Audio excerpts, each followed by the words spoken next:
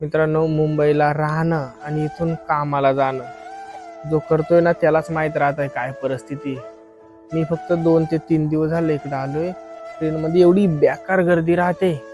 तो रोज जाऊन करतोय ना त्याच्याच मनाला माहिती. आणि ज्या वेळेस माणसाच्या खांद्यावर जिम्मेदारी येते ना त्यावेळेस माणूस कोणताही काम करायला तयार होत आहे. आणि भरपूर पोऱ्यात गावाकली का रूम घेऊन राहते, ती स्वतःच डबा बनवून जाते. काही ठिकाणी कंपनीमध्ये भेटते जेवायला, काही ठिकाणी भेटत नाही. अक्षरशः एवढी बेकार परिस्थिती राहते. त्यांनाच माहिती काय करतायत ते, नाही का. आणि घरच्यांना वाटतंय पोरगा कामाला गेलाय, कमवतोय तिकडं, पण तो कोणत्या हालतमध्ये त्या कोणीच समजून घेत नाही त्याला.